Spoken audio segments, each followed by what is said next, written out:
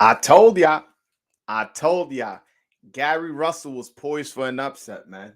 He was poised for it was too much going on in his life for him not to get upset by Mark Magsayo. Uh yeah, that's what happens when you read the articles when you're aware of what's going on in the boxing world. You're aware that he's going through family issues. You're aware that he's coming into the fight with an injury. You're aware that he missed weight. You're aware that he wasn't training with his father. He was training himself. That's what happens. And I picked Mark Magsayo. Y'all saw the pick, man. Y'all know it ain't cap. I picked the right guy, and I put my money where my mouth is. I got that W. Uh, I bet $50 on the knockout, and I bet $50 on the decision. I was gonna make more money if he got the decision, ironically, and he got the decision. I bet so. My $50 on Mark Magsayo got me $430, 425, $430. I don't know. I gotta check, but point is, I made some money. I made some money, and had y'all followed my bet, you know what I'm saying? Y'all would have made some money too. That and it was a bit of a boring fight, the fight, but I'm not gonna place too much blame on either fighter. Gary Russell wasn't 100%. It was clear as day that shoulder wasn't 100%. Especially, I want to say it was like in the fourth, like it was in the mid round, fourth to sixth round, like round 4, 5, and 6. He threw a right hook, and his shoulder, he immediately grabbed his shoulder. He was hurt, and he was scurrying away. And it wasn't because he was hurt because of a punch. He was hurt because of that arm. That arm was hurt. And but Mark Magsayo, he just pretty much came with a good game plan as far as early in the fight with the counter punching.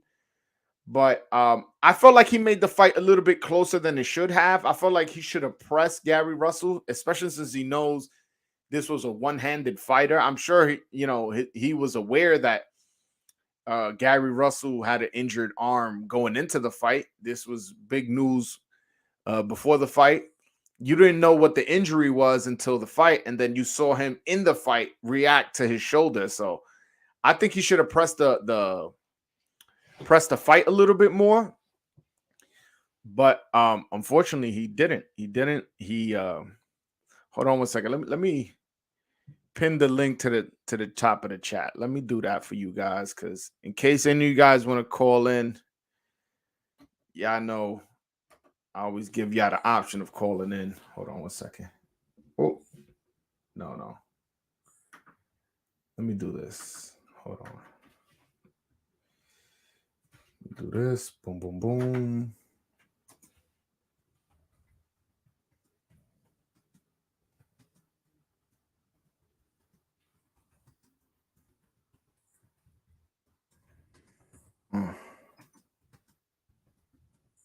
There you go. All right. Mute this. But yeah, man. Yesterday that was a good card, by the way. Tug got a draw. I felt like the other guy got robbed, Lucas, because that knockdown wasn't counted. That was some bullshit. That was some bullshit. And the fight ended up being a draw. And that one knockdown that wasn't called cost him the fight. It cost him the fight. It really did. And I didn't like the way Tug fought. I feel like coming out of the Olympics, he was a silver medalist. There was a lot of buzz coming out as far as the hardcore saying that this guy is going to be a very special fighter, somebody who you look after, somebody who is dangerous. And you had a draw, and you really lost that fight with a guy who came from across a country, a 27-hour flight on short notice to fight you. I don't know, man. That dude, it was an entertaining fight nonetheless, but I ain't like what I seen from Nyambar, whatever, Tug. I just call him Tug. I ain't like what I saw there. But I did like what I saw from Subriel Matias. Subriel Matias got his win back and got it in resounding fashions, man. That was a fantastic fight. I love that guy. What's his name? Petros? I'm sorry, I can't pronounce his name, but man, he came to fight. He did not come to lay down. He gave it his all. I got a lot of respect for that dude. Petros Anyan. There you go. Petros Anyan, man, he came to fight. His face was all messed up at the end of the fight, but it's not because lack of trying. That dude was out there giving it his all, taking vicious shots from a guy who killed the man before, a guy who has 18 wins and 18 knockouts.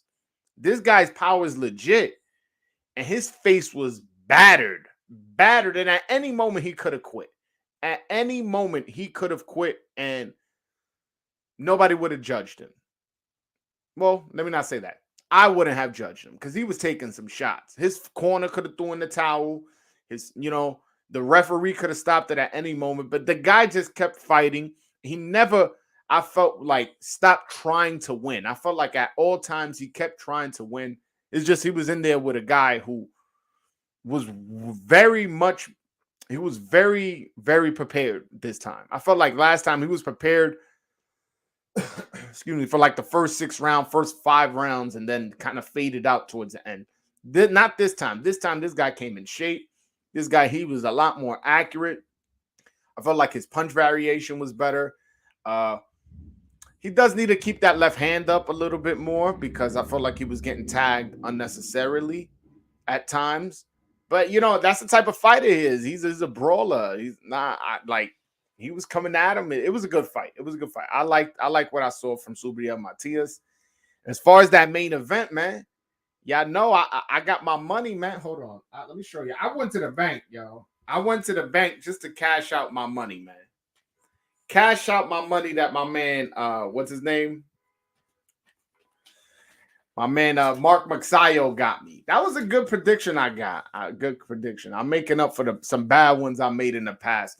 But I'm glad I announced it. So if you guys follow my picks, you guys probably made money. And if you guys, damn, what was I going to say? Either way, point is, I got it right. And you know what's funny, right? I almost didn't have enough time to make a prediction video for this fight this Saturday. But I ended up waking up super early one day. And I was like, wow. And for whatever reason, I just couldn't fall back to sleep. I was like, oh, now I have time.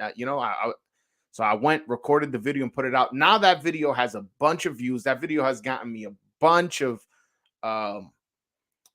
subscribers, as well as it looks good on my page, man. I predicted an upset. Predicting upsets is not an easy thing, but I felt like the writing was on the wall. The writing was definitely on the wall. Gary Russell, father got his foot amputated. He was training himself. He didn't make weight. His brother was, one of his brothers died. I want to say committed suicide. I really don't know. Let me not speak on that. But when his brothers passed away not too long ago, there was just a lot of things going on in Gary Russell's life. He was coming into the fight injured.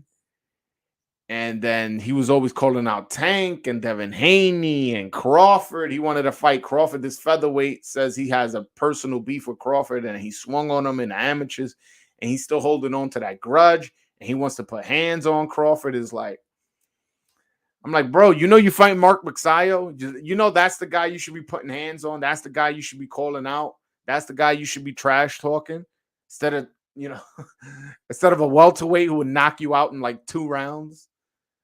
But he wasn't focused, and it showed in the fight. And I think in a rematch, a fully healthy Gary Russell Jr. knocks this guy out. But I knew he wasn't fully healthy, and I knew he wasn't fully focused. That was public knowledge that I saw online, and I applied it, and I bet my money. It's my first time betting because New York just got legalized as far as sports gambling on online. So it's my first time gambling, and I hit.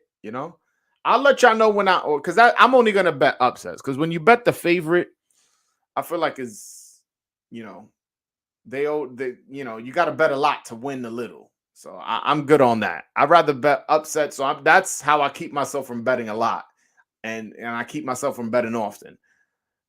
Probably my max is always going to be $100, and whenever I smell an upset, which I did here, I'll throw a little bit of money on it, and I'll share my wisdom. I'll share my research with y'all, and if y'all want to follow with what I'm saying, y'all can follow me.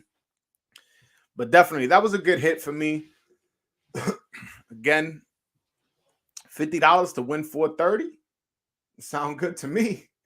Sounds good to me. No, 425. 425 I won.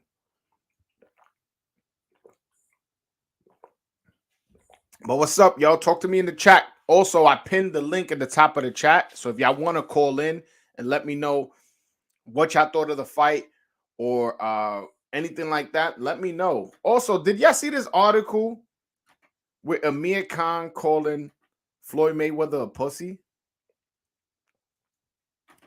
Thoughts on Gary Russell injury? I think the injury is legit. I said that before. I think last time I was live on Friday. Somebody asked me, it was like, oh, well, I don't know if they ain't asked me, they told me, it was like, oh, he's just using that as an excuse that if he loses, he's gonna say he was injured. At the post-fight interview, he didn't use that excuse. He said, I came in to fight injured, but I'm a warrior and I wanted to continue to fight. I haven't fought in 2 years. Like, he didn't take away any credit away from Magsayo. He just said he was injured, and I believe him. I believe him. Like, the way he grabbed his shoulder and he was reacting to the pain, and he said he's gonna have surgery afterwards. So we'll see if he posts pictures at the doctor's office with a sling or anything like that. But I believe that he was injured. But and you even if you don't believe him, like, you watch the fight, bro. He was just throwing left hands. He was just throwing left hands. And had he had his right hand, he would have won the fight. But since I knew he was compromised, I didn't know what the injury was. I was like, this dude's compromised. Magsayo's a young, undefeated fighter coming from the Philippines. That's a long flight for you to lose. So I figured he would be motivated enough to be like, you know what, fuck it. And he put step on the gas and get the win. I didn't particularly like how Magsayo fought. I felt like he should have been a little bit more aggressive. When you got a fighter that's injured, when you see a fighter's only throwing left hands, now that's only one punch you have to worry about. That's the only side you have to worry about. Press on that man. Put him on the ropes. I felt like at no point did he have him on the ropes. At no point was he pushing and shoving and making it rough for him. That's the game plan I would have had for Magsayo. I would have told him, yo, lean on him, push him around, throw him on the ground if he's holding you. You get what I'm saying? You the bigger guy.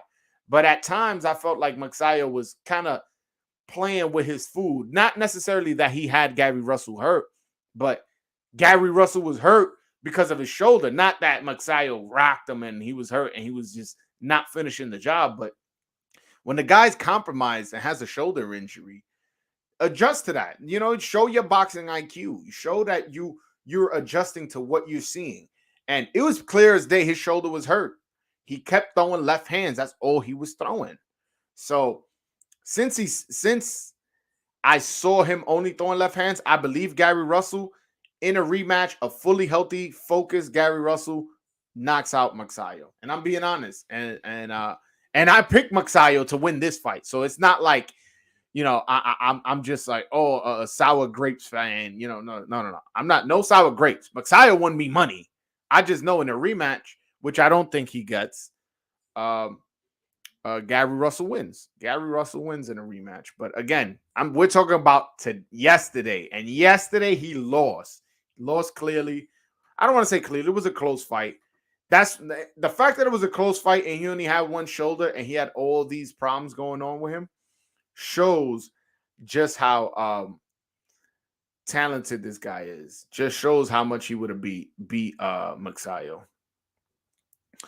But guys, did you guys see Max Sage? I know you from the UK. If you want to call in, also click the link on the top of the chat. You don't got to be in America. As long as you have internet, you could call in. I know you probably don't have a lot of chance to call in because I'm always live super late. Today is one of the days I'm actually early. Oh, hold on. Damn, where's my charger? Oh, right here. Hold on. I got my laptop on. The battery's not low, but it's getting low. I just want to make sure I have it charging while I'm streaming. I don't want it to shut down on you guys. Hold on 1 second, guys. Don't leave. Literally take 2 seconds.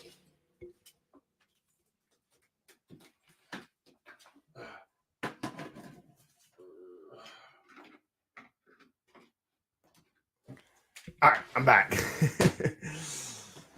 But yeah, did you guys see? It's funny, Max Sage. I know you're from the UK, so well, let's get some UK talk on. Did you see that Amir Khan called Mayweather a pussy? I mean, like, damn. Let me read you the article. Well, parts of the article, and then I'll give you my opinion as to what I think of what Khan said about Mayweather. What's my opinion on that? Look, Mayweather was being a pussy, wouldn't fight me, so I agreed to Canelo. This let me skip to the quote. All right. When Golden Boy CEO Oscar De La Hoya called me, I couldn't say no. Maybe I'm too brave for my own good. Mayweather was being a pussy and wouldn't fight me, so I said, cool, let's do it. It was a mismatch on paper. To to be leading in the fight was amazing, really. I earned his respect. Yes, I got knocked out, but he was one of the best Mexican fighters of all time. I went in on the night at 158 pounds. He was 187. It was crazy. At the weigh-in, he didn't seem that big, but when I saw him in the corner, I was thinking, what am I doing here? He had his back to me. It was huge. Now, that's a total misrepresentation as to what happened. Mayweather, why would Mayweather fight you? Why? Let's look at where Amir Khan was in his career the night he fought uh Canelo. He had already been knocked out multiple times. And I don't think he had a title. And then we'll see where Mayweather was in his career after that. So, but yeah, I'm like, Mayweather pussy. Mayweather fought a bunch of dudes, man. Like, all right, hold on. Let me screen share his box right because I don't understand where this is coming from, especially so many years later, man. Like, why would you bring this up? I don't get it. So Amir Khan, before he lost to Canelo, was coming off a 1, 2, 3, 4, 5 win streak. But in that 5, he beat Carlos Molina, undefeated. Julio Diaz was old, and he got dropped in that fight. Luis Collazo, was old at that time. Devin Alexander, I was never big on Devin Alexander. He wasn't in his prime in that fight either. Chris Algieri is actually a good win. But then he had no belt. This was in 2015. 2015. All right. So let's see what his last fight against Chris Algieri was May of 2015. So let's see what Floyd Mayweather was doing in 2015. At May of 2015. Let's see if it made sense because you can't call somebody a pussy if it didn't make financial sense to fight you. And you didn't have a belt, so there was nothing to entice him. So in May of 2015, he had just came off the Pacquiao win. And his last fight, and then he won his last fight against Andre Berto. I guess he could have fought Amir Khan after Pacquiao. But I don't think that was a necessary fight, and I don't think it's a duck. I really don't. He was not being a pussy. And I'm somebody who don't got hair on my tongue. I would have been called it out.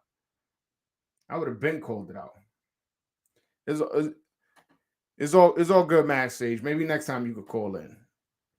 Yeah, man. Magsayo won. Listen. I know Magsayo won. I know Magsayo won. I know Magsayo won. Trust me. I told you that's the bet I'm making. I bet $50. I bet $100 to be fair. I bet 50 on the knockout and 50 on the decision. I would have made more money on the decision, which he won by decision.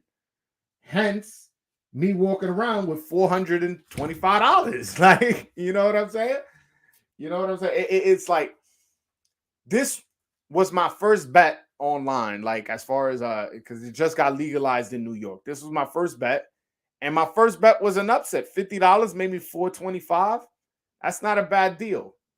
That's really not a bad deal. I'm not typically a gambling dude. That's not my thing. But hey, I smelt the upset. And hold on. That's incorrect. That's incorrect. What you just said, David Benjamin. Nobody expected Gary to fight with one arm, though. I did. Once he said he was injured going into this fight, I believe you were on that live. I screen shared it. I talked about it extensively. I said, I don't know. You can't be coming into a fight with your shoulder hurt. I don't know. And that's well, not his shoulder, because he wouldn't disclose the injury. You can't come into a fight, a championship fight, coming off the 2-year layoff against a younger fighter. I don't know. Your father is not training you. Either way, even if it was a knee injury, all right, if it was a knee injury, he wouldn't have been able to be so slick and so mobile, and he wouldn't have been able to go up and down how he was in the fight.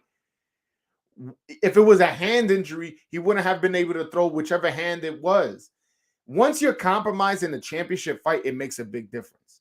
Now, if this was an 8-rounder, he's fighting a journeyman who's a plumber on the side, that guy, I can see you fighting through a shoulder injury, fighting through a knee injury, a hand injury, just to get a knockout or just to get the decision win. And hey, I want to pull out.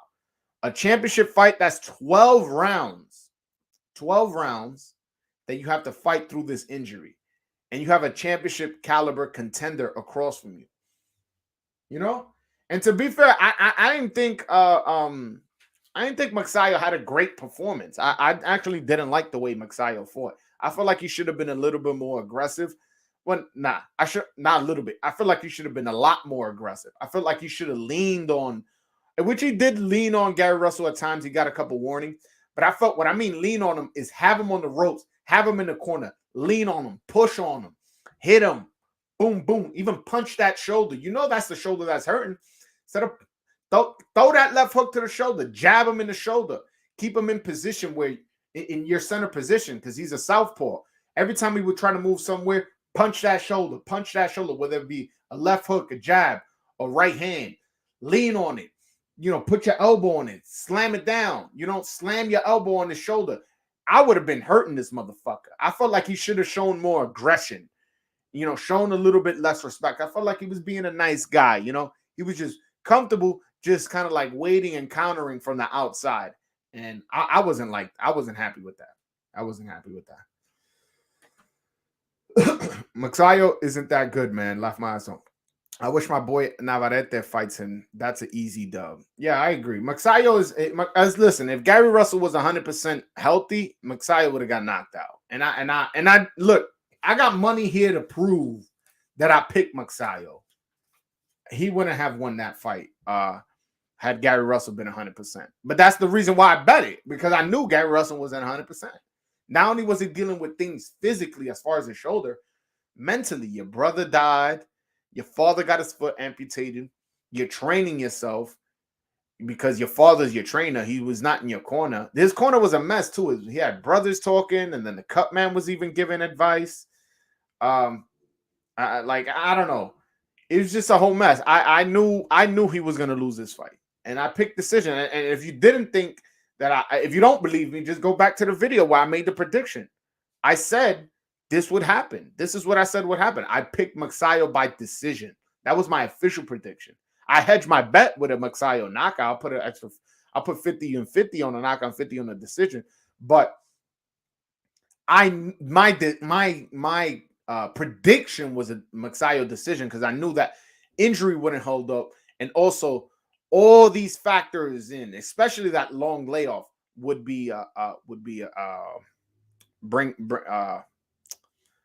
come into play. It definitely would come into play. Wait, hold on. Gary always disappoints, though. I don't agree with that. Gary doesn't disappoint. The Gary fights. Every time he comes back from these long layoffs, he puts in good performances. I can't remember off the top of my head a time where I was bored or disappointed with his performance.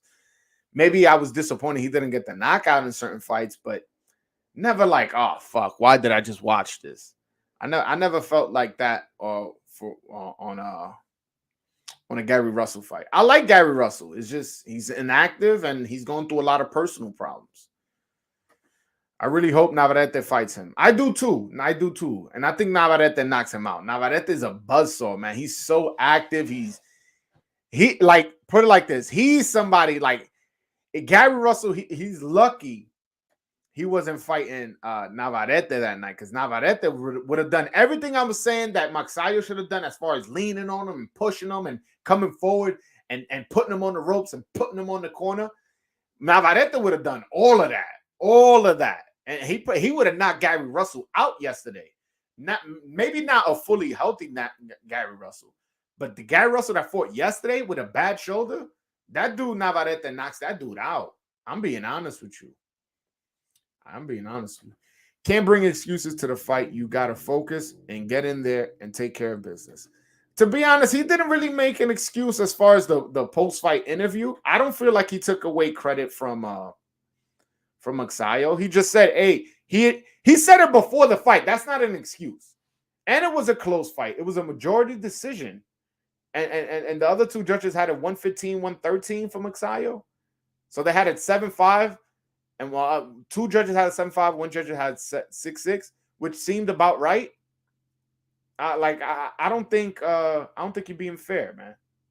I don't think he came into he didn't make that as an excuse. I felt like he said, hey, it's injured, but the better man won. I don't know. I wasn't too upset with his post-fight interview with Jim Gray. Man, it hurt. He lost to him. You know how you box a kid on your knees to make it competitive. That's what it looked like. He should have smothered him like Bernard Hopkins. Yeah, I agree. But the one thing I would say Magsayo did beautifully was control the distance. Gary Russell was having a lot of trouble getting in on him, getting him in punching range. That's another thing why I predicted Magsayo would win. He was about 4 inches taller or something, like 3 or 4 inches taller, and like 3 or 4 inches in reach advantage.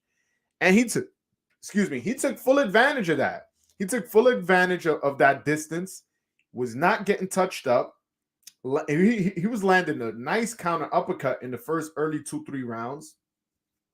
I like the fact that he used his size. I just felt like he should have been a little bit more aggressive.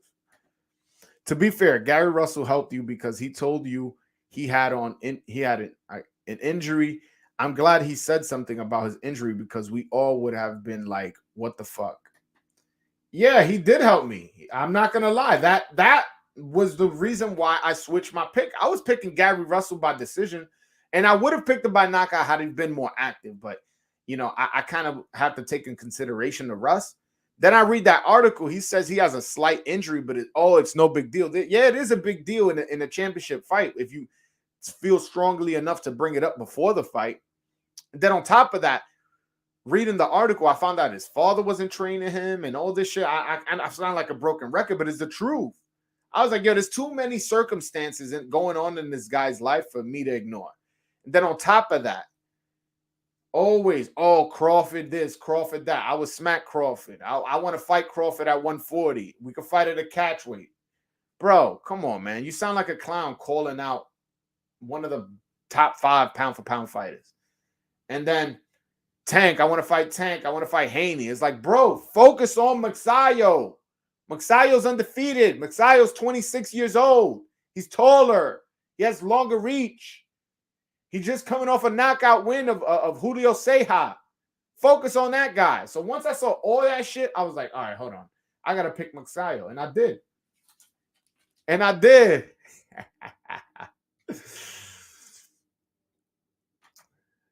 I felt like that, though. He's fast, but not as fast as everyone says. Yeah, I don't know what you talking about, my brother. I really don't. Gary, maybe last night you can say that, because last night he wasn't fully 100%, but Gary Russell's one of the fastest fighters I've ever seen. How about Subriel Matias? That dude is a beast. Yo, man, Subriel Matias, bro. That dude came out to make a statement. That dude came out, and there was one round, like I want to say it was in the 3rd or 4th, where he really, really, really put it on Petros Anyan. He was beating him up. I'm going to call him Petros because that last name is a little bit hard for me to pronounce, I'm going to be honest. But, man, he was really putting it on him in that, it was like 3rd or 4th round. It was like he started around like, it was a good fight. And then he ended that round all bloody nose. And his face after the fight, he really came to fight. He really came to make a statement to avenge his lone loss. I like Matias. He just needs to work on that defense, particularly getting hit with that right hand. I feel like he's sometimes comfortable relying on his chin. Is like there's only so many fighters you can get away with that with. I guess Petros isn't a good puncher, but I like what I saw in terms of his toughness. I would love to see him fight Elvis Rodriguez, Brandon Lee. The 140 division could be very, very fun. Very fun. And Brandon Lee, Elvis Rodriguez, those are both guys on the PBC side. Also, was it Gary Antonio Russell or is it Antoine Russell that fights at 140? I don't know. They're all named Gary Russell. But whatever. The 140 Gary Russell, he is also somebody who is a really, really good fighter. And so on the PBC side, there could be a lot of fun fights to be made. These are all young guys. Are we gonna have a new Four Kings? Is it gonna be Matias, Gary Russell, the 140 pounder, Elvis Rodriguez, and Brandon Lee? Is that the new Four Kings? Yeah, I'm about to make a video on that. I'm about to make a video on how we might have Four Kings in the 140 division just to piss people off. How are you going to compare them to Sugar Ray Leonard and Roberto Duran? It's like, I got you. That's exactly what I wanted to do. But but I like those guys. All those guys I mentioned, and all those guys, with the exception of Gary Russell, are offensive fighters. Subriel Matias is an offensive fighter. Elvis Rodriguez, he's not so much of an offensive fighter, but he has leaky defense. So it's like he tries to be defensive, but it's leaky at times. But he definitely knows how to come forward and knows how to fight. And I feel like if he was to fight like a Matias, that inner dog in him would come out, or we would find out he don't have it. Brandon Lee be knocking dudes spark the fuck out.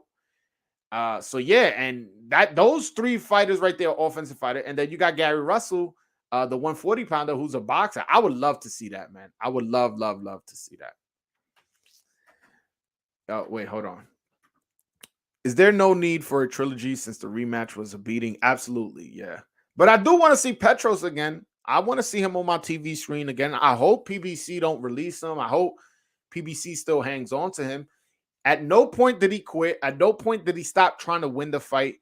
And at no point did I feel like he was like submitting. I felt like at times he was just like, fuck it, I'm going for broke. And I like that about him. And that's what happened in the first fight. If you guys remember correctly, he was getting fucked up in that first fight and then came on late to get a knockdown and get the decision. So a trilogy, maybe down the road, if he beats a couple prospects, like let's say he beats Gary Russell, the 140 pounder, and beats Brandon Lee back-to-back fights, I wouldn't mind seeing a trilogy. That fight is always going to be a good fight. That fight is always going to be an entertaining fight. And who knows? Maybe with more experience, he beats Matias again. I don't know, but I would love to. I would love to see Petros fight again. I don't want to say a rematch, but definitely I would love to see him fight again. I want to see Matias versus Regis. Matias needs some more experience before we throw him in with a former world champion. Regis went tooth and nail with Josh Taylor. Like, you know what I'm saying? Let's not throw him in just with a killer like that just yet. But we could throw him in with Elvis Rodriguez, Gary Russell, Brandon Lee. Who else is at 140? I feel like I'm missing somebody. And I don't want to excuse me, I can't speak. Mention the guys from PBC. I mean, from the ESPN, like Jose Cepeda, Teofimo's moving up, Josh Taylor. I don't want to mention those guys because they're not on that side. Arnold Barboza. But then that's a pretty stacked division. And then on the zone side, they got Montana Love. So they got a lot of people. They got a lot of people. My guy Darwin Price is behind all of them at 140. He beat Matias easy. I got 200. His only loss was to a knee injury. You keep talking about this Darwin Price. I haven't seen him, man. I haven't seen him. Like, why is he not making buzz? Why is he not making noise if he's that good? I do like that upset of that Puerto Rican fighter on his resume, though. I do. Do you think we see Spence Crawford this year or next year? I don't know if we ever see that fight, to be honest with you. I don't want to sound like negative Nancy, but the thing is, like a lot of people look at boxing like a sport, but unfortunately, it's a business. You know, that's kind of like how you have to look at the sport of boxing. And this guy Crawford was making a lot of money at ESPN. He made $6 million in his last fight against Sean Porter. Against a Spence, he's gonna want $10 million. So if he's getting 10, how much is Spence gonna get? Spence getting 12, 15? All right, let's just say they both get 10. How much does that pay-per-view sell? I don't know. I don't know. Like us hardcore fans, we're high on it. We're high on this fight. We're gonna buy this fight. Some of y'all are gonna illegally stream it, which I would be disappointed as my subscribers illegally stream this fight. There's certain fights where I get upset when y'all illegally stream. This will be a fight. So it's like Crawford only draws 100 and something thousand fans when he's on pay-per-view. Errol Spence, his highest pay-per-view was what, 300, 350? Like, how much does this pay-per-view sell? How are they going to recoup $20 million if they each getting $10 million a piece? So I don't think we ever get that fight. I don't want to be negative. And listen, if I'm wrong, good. But I don't think we ever get in that fight. Damn, Matias is 29. You're right. I did remember seeing that in the like the tail of the tape. Damn, he's 29 years old. I don't know, but you don't jump from a Petros to a fucking Regis. Move him up a little. Like I said, have him fight another prospect, and whoever wins out of that prospect, then throw him in with Regis. Throw him in with Elvis, Brandon Lee, or Gary Russell. Throw him in with one of those guys. Do me that favor. And then after that, he'll be ready for one of those big fights. Gary Russell versus Victor Postol. What do you think about that fight? Oh, it's a good thing you reminded me. I forgot that fight got made. That fight's going to be on the undercard of the Roger Gutierrez, Chris Colbert. For all my New Yorkers watching, the guys who are big, Chris Colbert fan. He had a whole documentary on Netflix if you guys haven't checked it out. But anyways, let me not get sidetrack your question. I think that's a great fight. A lot of people felt like Victor Postol beat Jose Ramirez. So he's coming off that. And there's somebody who nobody beats Victor Postol easy besides Terrence Crawford. And if we're being fair, Terrence Crawford is a fucking, one of the best pound for pound fighters. So getting beat by Terrence Crawford easy isn't something to be shamed about. I like that fight. That would prove to me that he's ready for anybody. If he beats Victor Postol easy, particularly if he knocks him out, he's ready for anybody in the 140 division.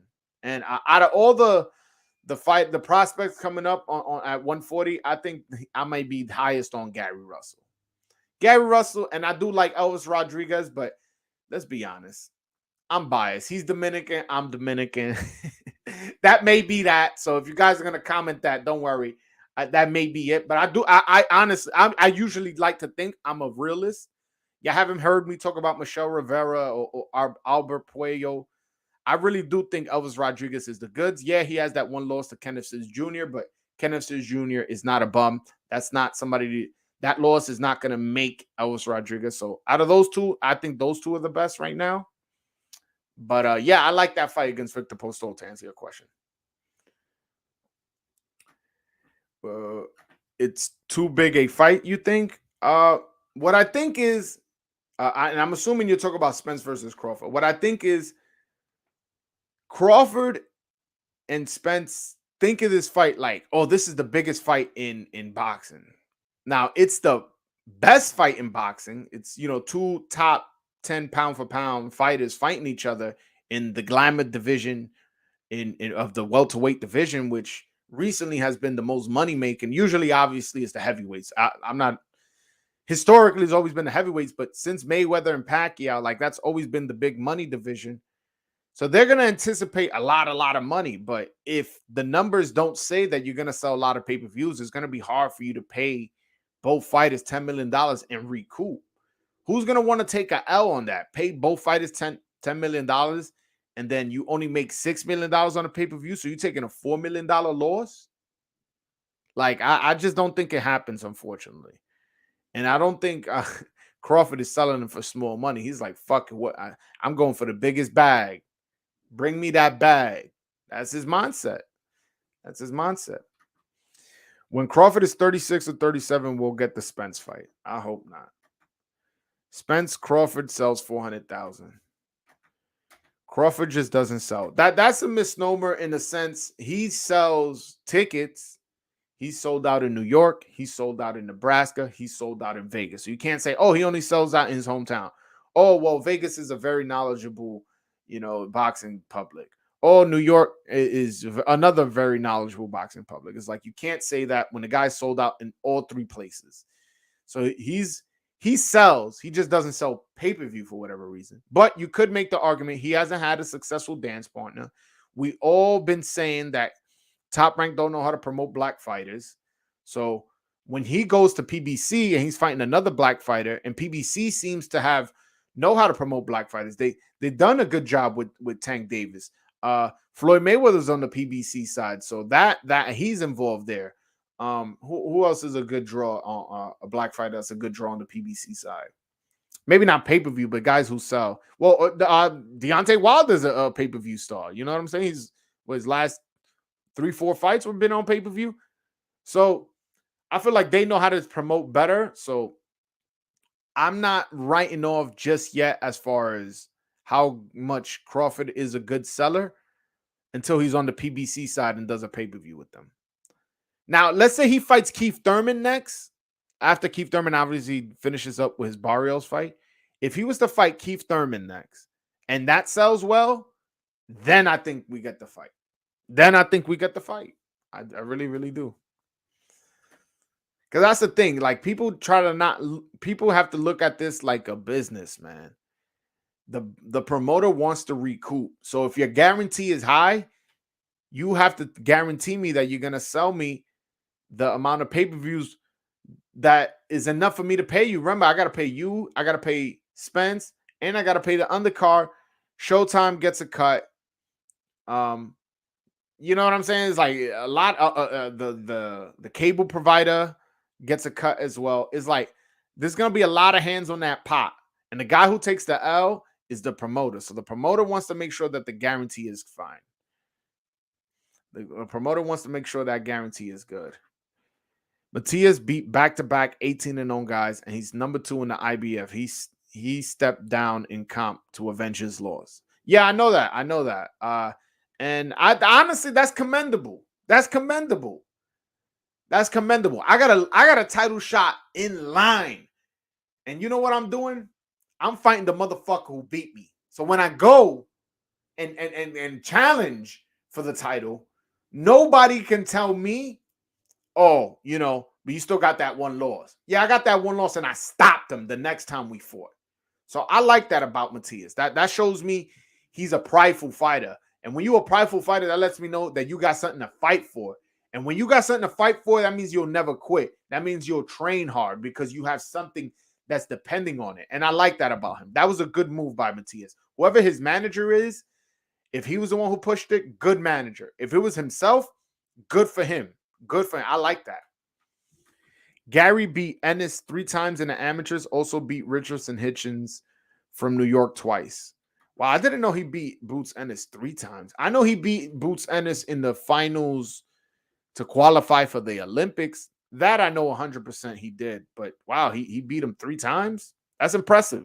Richardson Hitchens, he was a good fighter coming out of New York, but and he's a slick fighter. He just, doesn't really have that much power. I wish he had more power.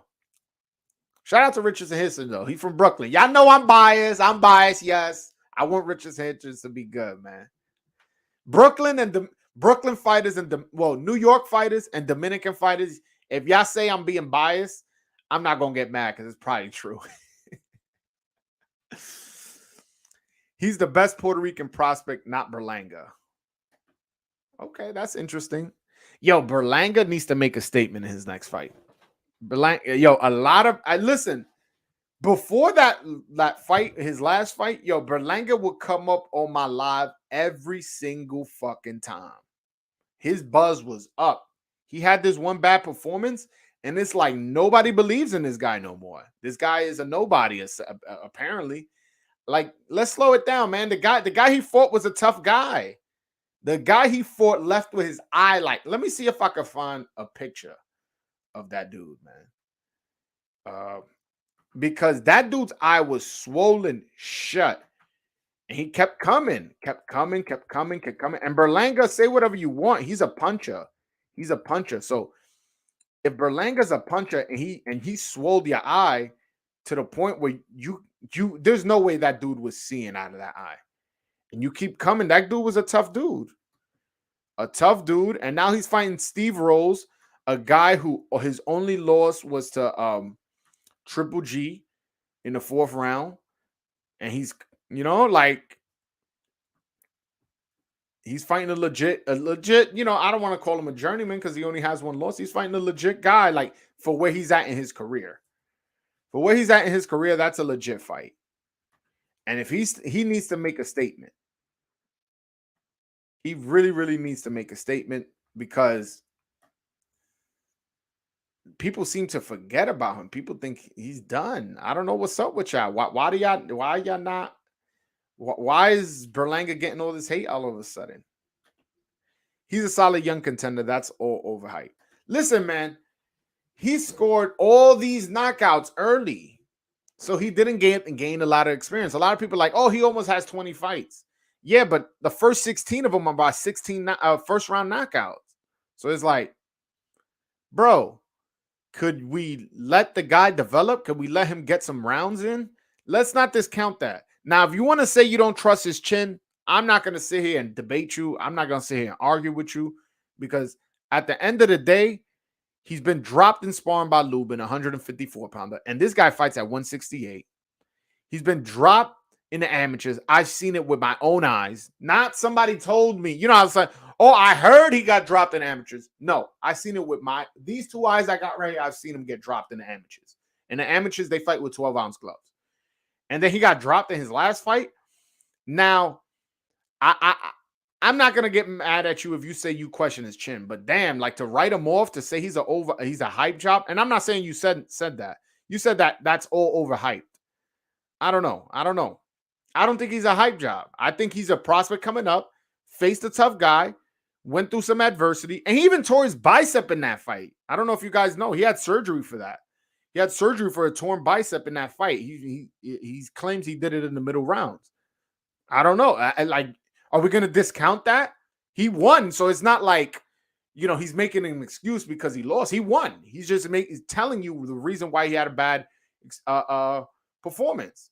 And early in the fight, he was dominating. It's just towards the end, like the dude was tough. He finally found somebody who could take that power, and that was his first time ever that happened that's ever happened to him. And he got dropped, and he fought through adversity, and he got the win. I think you guys are being a little bit tough on Berlanga. If he first round knockout Rose, that'll make a huge statement since it took Triple G like 5 rounds to KO Rose. Yeah, it was in the 4th round. I want to say he knocked him out. But yeah, if he knocks him out in the first round, I may go to that fight. It's one of my friend's birthday that weekend, and he DM'd me the poster for that fight. He was like, yo, bro, let's go. It's my birthday weekend. This, that, and the third. I got a baby on the way, so I can't be making plans that far in advance. So I don't know, as far as with my girl and stuff like that. But if my lady, she's healthy, my baby boy in her belly is healthy, I'm definitely gonna go to that fight. Xander Zayas is gonna be on the undercard. Keyshawn Davis is gonna be on the undercard. It's gonna be in the small room in Madison Square Garden. So I may go to that fight, and hopefully, I could run into some people and get some interviews and shit like that. But yeah. As far as Berlanga, let's not discount them just yet.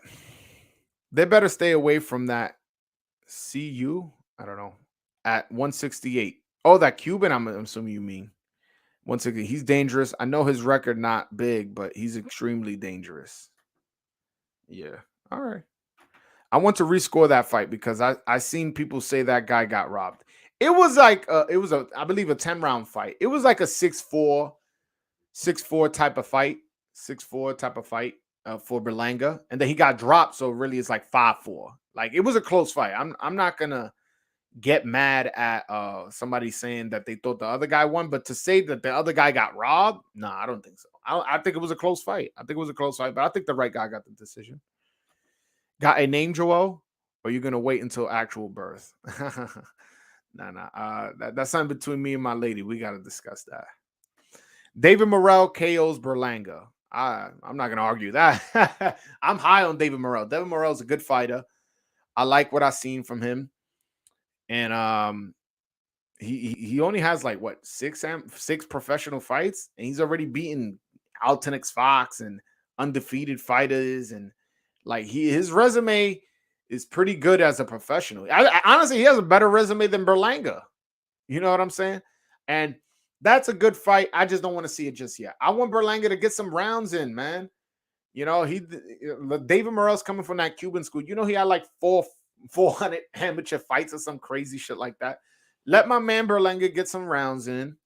Once he gets those rounds in, then we can make a proper assessment. But the fact that people writing him off of one bad performance, come on. Like, wait, so you're going to discount all those first round knockouts. And then even in the decision win he had before his last fight, he dropped the guy like 4 or 5 times. So it's like, come on, guys. Let's be a little bit fair. Let's be a little patient. He's still a prospect. He's not ranked 10. He's not a contender. He's not a top 10 fighter. He's not in the Ring Magazine rankings. I think people are just mad. I think people are hating that he's getting all this buzz as a prospect. That lets you know how much of a superstar this guy has the opportunity to be. This guy has an opportunity to be a superstar. By the way, this is going to be a short live. So if you guys want to call in, you guys have very limited time. I'm going to hop off like about 10 minutes. So if you guys want to call in, the link is pinned to the top of the chat. And also hit that like button. Hit that like button now. That's free to do.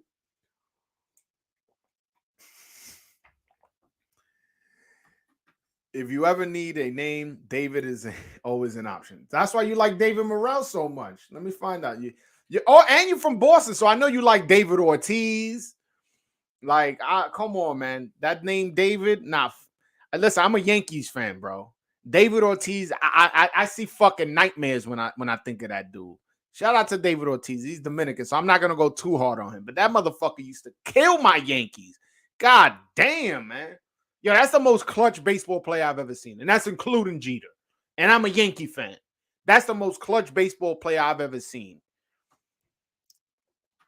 I don't watch baseball. Good. Because you from Boston, and I cannot handle a Red Sox fan trolling me right now. If y'all want to see me fucking go crazy screaming, you know, get one of your Red Sox fans to hop on my live and start in the comment section. Talk about how my Yankees suck. Fuck out of here, man. Let's go Yanks. But yeah, all right, back to boxing. My bad. You know, you see, that's what happens. I get worked up. Thinking about baseball. But yeah, who do you guys want to see Magsayo fight next? Write in the comments section. And then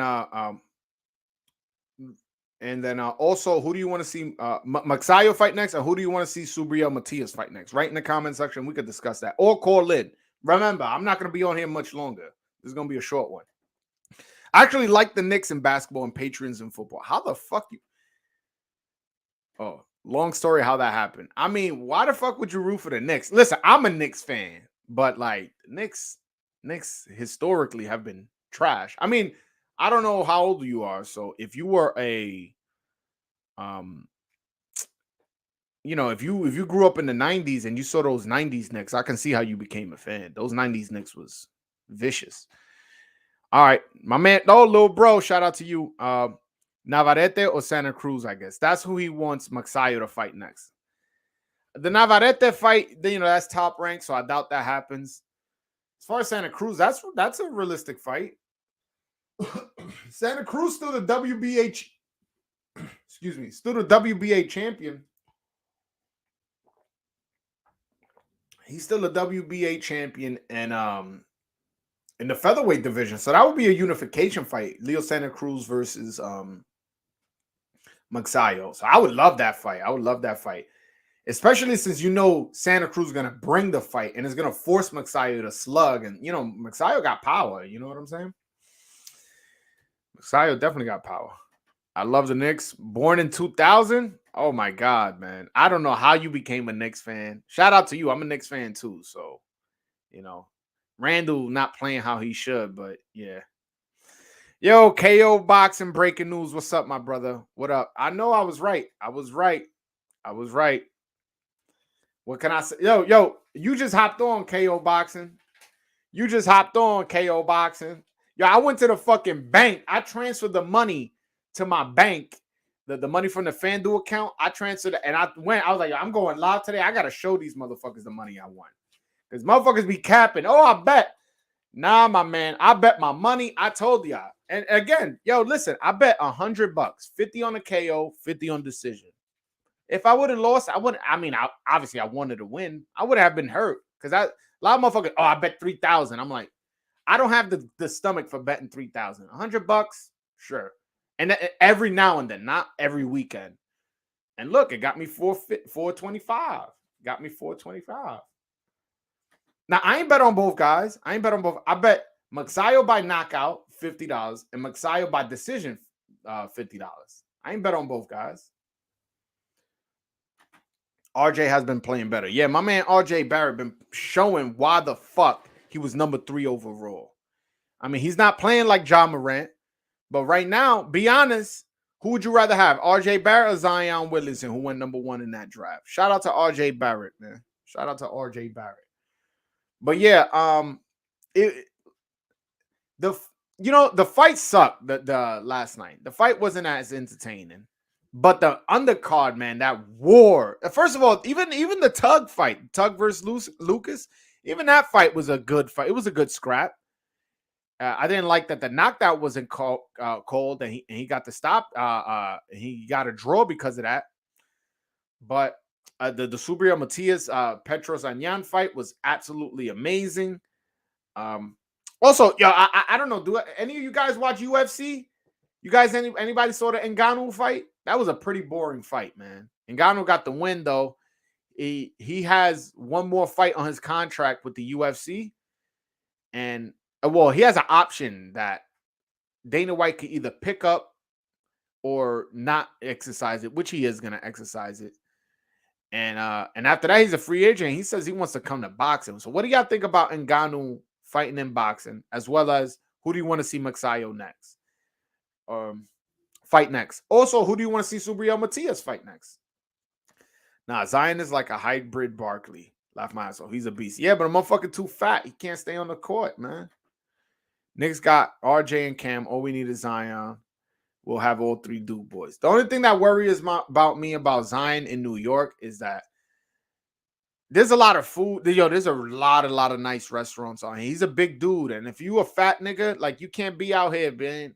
You're going to be in the restaurants. And you could get food at any time of the day, at 3 in the morning, 4 in the morning, 5 in the morning. You could get the most delicious sandwich you can find in America at New York at 3 in the morning on a Wednesday.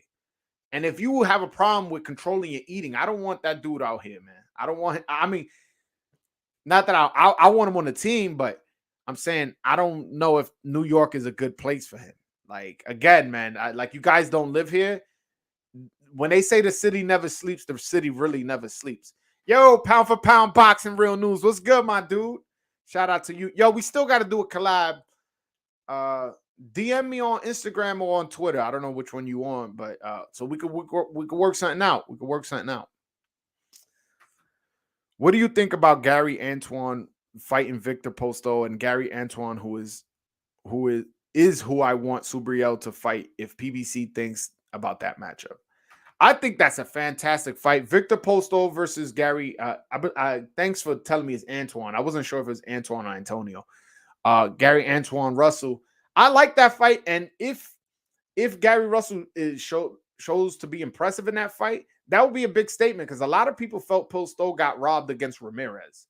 So if he could stop Postol, that would be a big statement, because not even Crawford stopped Postol. And yes, Postol's older, 37, 38, but you could fool the public like, hey, that's something Crawford couldn't do. You know what I'm saying? You could fool the public doing that.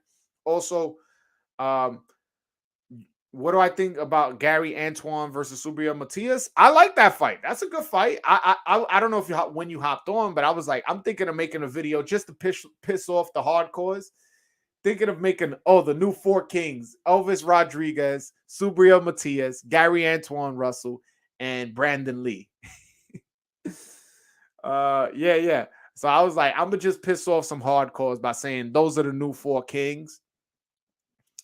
But yeah, no, I like that fight. Any mix between those four prospects, because right now the titles are all on Top Rank side with Josh Taylor, and Top Rank not gonna give one of those guys unless they're a mandatory opportunity. He'll give a shot to Tio before he gives one to Antoine Russell. So yeah, I would love a round robin between those four guys. I'm telling you, make a new four kings: Brandon Lee, Elvis Rodriguez, Gary Antoine Russell, and Subriel Matias. I love it. You got an Asian fighter, a black fighter, a Dominican fighter, a Puerto Rican fighter. You got all four races represented. Well, not races, nationalities, I guess. Or I don't know, whatever. You know what I'm saying? There's a mix of audience you can bring into the table, and it's like, all right, let's go. These are the four kings, and mix them up. Let's see who wins. Whoever's the best wins. Gary Antonio's at 118, I think. Big dude for 118 too. Yeah, he's a tall guy. And I ain't like his last performance. I believe he fought in that Brandon Figueroa undercard, if I remember correctly. Brandon Figueroa, Stephen Ford. That's a Brandon Lee died making a movie. You're hilarious. What? Brandon Lee is Mexican too? I thought he was South Korean. Oh, he's both. He's Mexican and Korean. Okay, that's interesting. Jake Paul is at the boxing gate. If you are a UFC fighter and you want to box, you have to beat him first. You want Francis Ngannou to catch a fucking body on this dude? Nah, man. This dude's a clown, man. Floyd is a pussy. How he choosing Maidana Berto over Khan Styles make fights? Yo, bro, how you gonna call Floyd Mayweather a pussy when on his resume he got Cotto, Pacquiao, Canelo, Mosley? Come on, bro. You think he ducked Khan, but he fought Pacquiao and Canelo? Come on, bro. Yo, pay attention, bro. I don't know if you're not getting enough sleep, or if you're one of these dudes that be popping Percocets and drinking lean. What the fuck? Floyd's a pussy for ducking Khan. So Maidana, who's a fucking vicious puncher, or somebody who's mad aggressive, somebody who doesn't have a chin problem like Khan. Yes, Khan beat him, but that was when Khan wasn't getting his chin checked by every fighter. It's like, come on, man. Floyd ain't no pussy. Don't do that. Pay attention, brother. Pay attention. That's why he got Asian boxing skills with the Mexican jaw. I don't even know what Asian boxing skills mean, man. I tried my best not to bring up race unless in a promotional sense, because unfortunately, that's how some of these people watch boxing. People be like, oh, he's a Mexican fighter. He sells. He's a Puerto Rican fighter. He'll sell in New York, blah, blah, blah. So it's like, unfortunately, that's how people look at it. So I try to, when I speak a race or nationality, I try to speak about it in a promotional sense, because that's how these promoters, if you see the Terrence Crawford lawsuit, that's how some of these promoters promote. They promote based on nationality. Guys, I'm about to hop off soon. So if you guys want to ask a question or call in, believe me, this is the time, because I'm really about to hop off soon. The best fight last night was the Zakaria Lucas versus Tug Nyambar. I'll just say that. It's sad that the ref was so stubborn and dumb, he robbed Lucas' victory. You know what's funny? That referee used to live across the street from my dad. My dad don't live where he used to live anymore, but that referee used to live across the street from my dad. So I actually seen that referee in person plenty of times. He's from New York. I was about to say what borough he lives on, but let me not do that, especially after last night. I don't think that was the best fight last night, though. I think the best fight last night was Subriel Matias. You know, it ended up becoming one-sided towards the end, but it was competitive the first 3 rounds, and I do like a brawl. And at times, you know, Subriel Matias' leaky defense was making shit more entertaining. So I don't think that was the most fun fight last night. But the card in general was a good card. It was a good card. Asian boxers have slick offensive skills. Look at Inoue. I mean, I don't know. I never. Brandon Lee is. I don't know. The best fight last night was Moreno Fig. I must have missed that one. You know what it is? I was at work, so I really. I don't remember unless that was a fight on like deep on the undercard. Oh, you talk about the MMA fight. Oh, right. My bad. My bad. Yeah, I ain't watched that. The only MMA fight I saw last night was the Francis Ngannou fight. And it was a pretty boring fight. But I'm glad Ngannou got the win. And Ngannou showed how strong he was, man. When he at one point he got kicked, he grabbed the dude by like his butt and his shoulder and just grabbed him and just slammed his ass, man. Yo, fucking Ngannou's a strong dude. But do you agree the ref was stubborn about the call? Hell yeah. Yo, I like that dude. I don't care if it was my father's neighbor. That was a terrible call. And, like he could have been like, oh shit, damn, I saw it in real time. When you see things in real time, it's hard to see these things. You know what I'm saying? Had he said something like that, I would have been a little bit more forgiving. But he's like, oh, you see something I don't see. I don't like if I'm the commission, I just fire that guy and just move on. That's it. That's what I do. I don't even sit him down, talk to him. That guy's an older guy. Like, you see him, his hair's all gray. He's like pudgy, slow. I would just listen. Obviously, you're not qualified for this job. And if you were qualified for this job and you made a mistake, he's human. He's allowed to make a mistake. I know it cost him the fight, but he's allowed to make a mistake. But admit it, bro. Just be like, damn, I didn't see it live. You know, when you're live in the action, it's hard to see. But seeing the replay, I see I made a mistake. I'm upset now that I cost this guy this fight. Had he said that, it would have been good. He hit himself with the towel. That's how old this guy is. He tried to like throw the towel over his shoulder. He threw the towel and hit his face. I'm like, yo, that interview was funny. He's trying to say he didn't see what everybody in the world with eyes can see. And on top of that, he hits his face with his own towel. That's how it shows you how incompetent that guy was. He doesn't even know the difference between a hook and a jab from a jab. Yeah, he was like, oh, look, he throws a hook. It's like, no, he threw a jab and he dropped him. Now, you can say it was a flash knockdown. I'm not going to argue that. It was a flash knockdown. He didn't rock him and knocked him, you know, where he was all wobbly. It was a flash knockdown, but a knockdown nonetheless. But all right, guys, I'm about to let y'all go. I got to go to work, but I appreciate you guys hopping on. Hit that like button anyways. I know I'm leaving already, but hit that like button. Helps me out with the visibility of the channel, as well as, you know, helps promote the algorithm in this so other people can see it. I appreciate you guys coming on, asking questions and shit like that. Hopefully next time I get some callers. All right, guys. Peace.